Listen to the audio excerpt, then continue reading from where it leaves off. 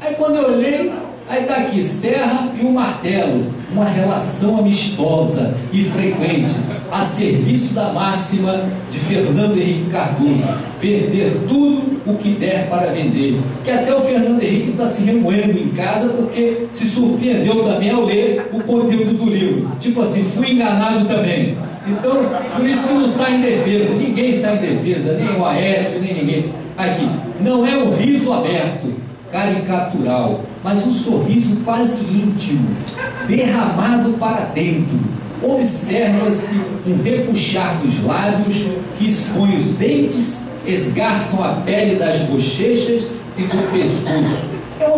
É uma composição introspectiva, coadjuvada pelos olhos baixos, espreitando o martelo em sua descida vigorosa, conduzida por sua mão direita, que é a mão que ele se identifica, que é a mão que ele guarda no coração, a mão direita. Quando se ouve o som da madeira contra a madeira, mais uma empresa pública foi vendida, a mão, a face e o sorriso pertencem a quem? A este cidadão que eu aqui acabei de pronunciar o seu nome e que não vou pronunciar publicamente toda hora, porque um trabalhador merece mais respeito do que um criminoso. Muito obrigado.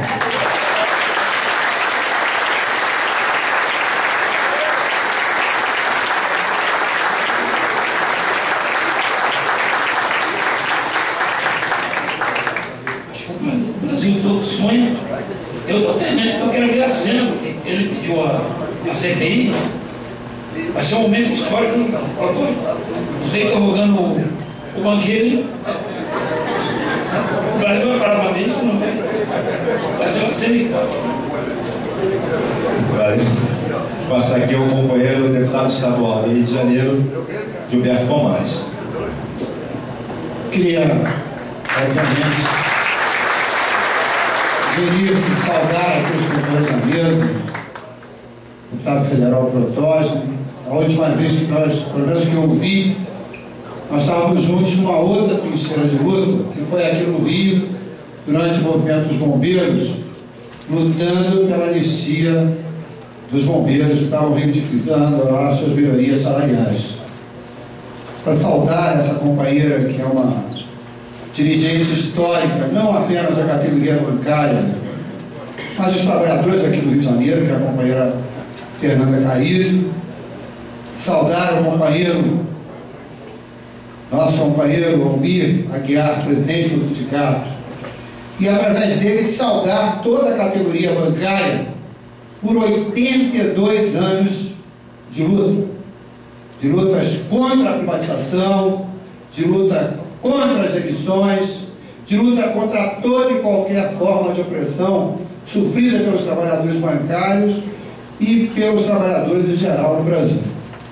E saudar esse companheiro, não conhecia, estou conhecendo pessoalmente hoje, que para nós, oriundos da luta contra o processo de privatização, lá na década de 80, de 90, ele disse aqui ainda há pouco, a Mauri, que quando ele escreveu o livro ele não estava indignado, agora está. Mas disse que estava alegre com o resultado do debate do livro. Eu queria dizer para ele o seguinte: os trabalhadores das várias empresas estatais desse país estão indignados há quase 30 anos e têm sabido manifestar essa indignação na rua, lutando. Portanto, ele que agora está indignado nos traz uma alegria muito grande. Eu li o livro e vi que o Amauri, entre outros grandes serviços ao povo brasileiro e aos trabalhadores das antigas estatais, presta um enorme serviço. Ele coloca com dados, ele coloca de forma documental aquilo que nas nossas manifestações na década de 80 e de 90 nós já falávamos.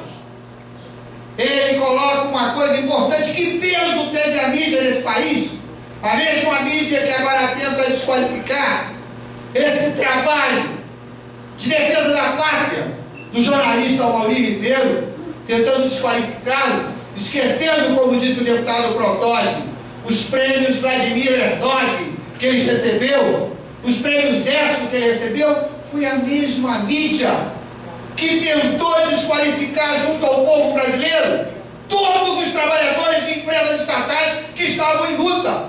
Eu quero lembrar um fato da mídia, 18 anos atrás, de uma jornalista, que eu não sei se o Amauri, do Protógenes, conhece, chamada Dora Kramer.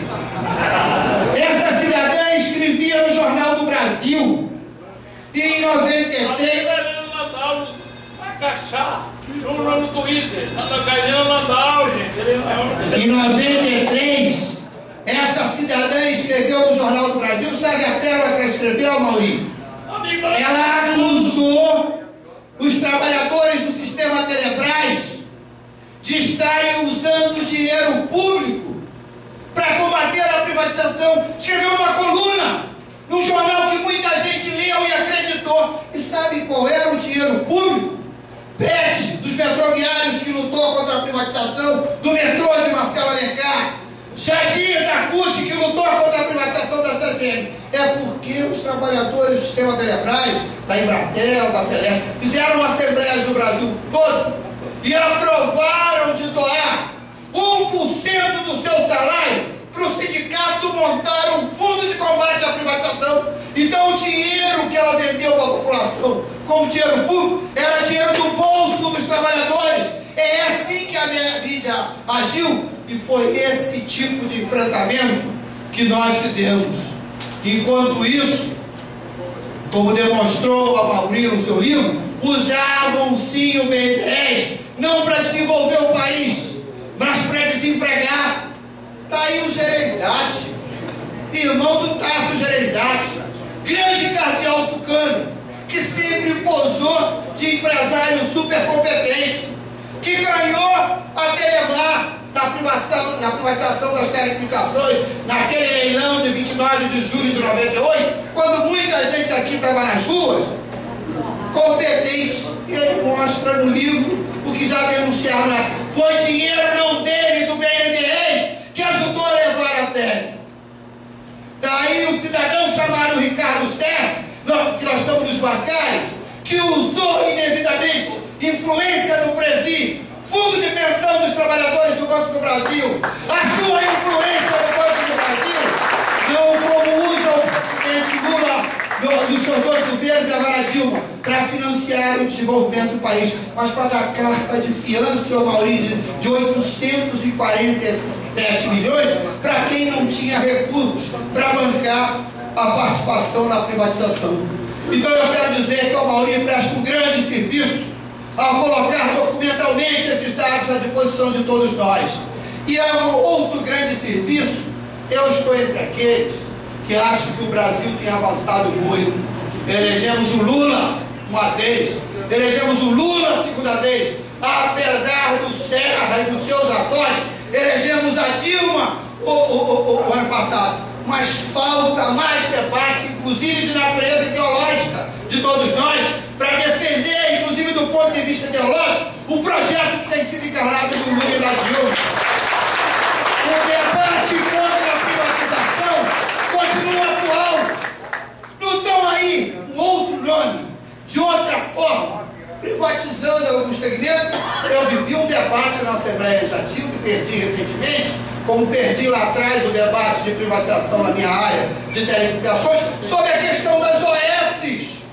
É o mesmo discurso. Na época, o discurso era privatizar as TELs, era privatizar a Vale do Rio Doce, era, se tivessem conseguido e não conseguiram, privatizar a Petrobras, arrebentar, como diz o Amauri no seu livro, tornando como banco de segunda linha o Banco do Brasil e a Caixa, para que o Estado pudesse passar a se dedicar ao investimento na saúde, na educação e na segurança. Agora estão privatizando a saúde, vendem como panaceia a competência da iniciativa privada para gerir questões que estão de responsabilidade do governo.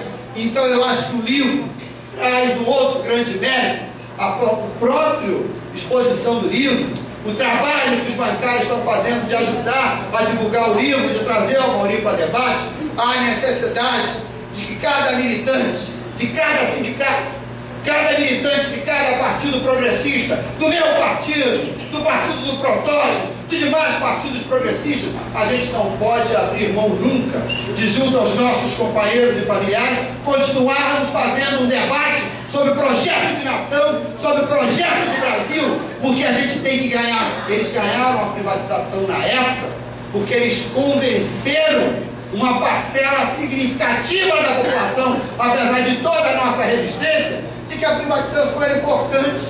Faltava telefone.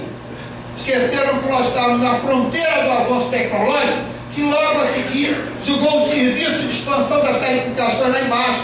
Esqueceram de dizer que a tarifa básica era 61 centavos e aumentou, será 10, 20, 1000%, não estou exagerando não, com o processo de privatização. Com esse dinheiro lá, é evidente que o sistema Telebrás teria recursos para invadir na situação civil, mas não diz, e o debate continua, que hoje não se fala em telefone, se fala em acesso à internet.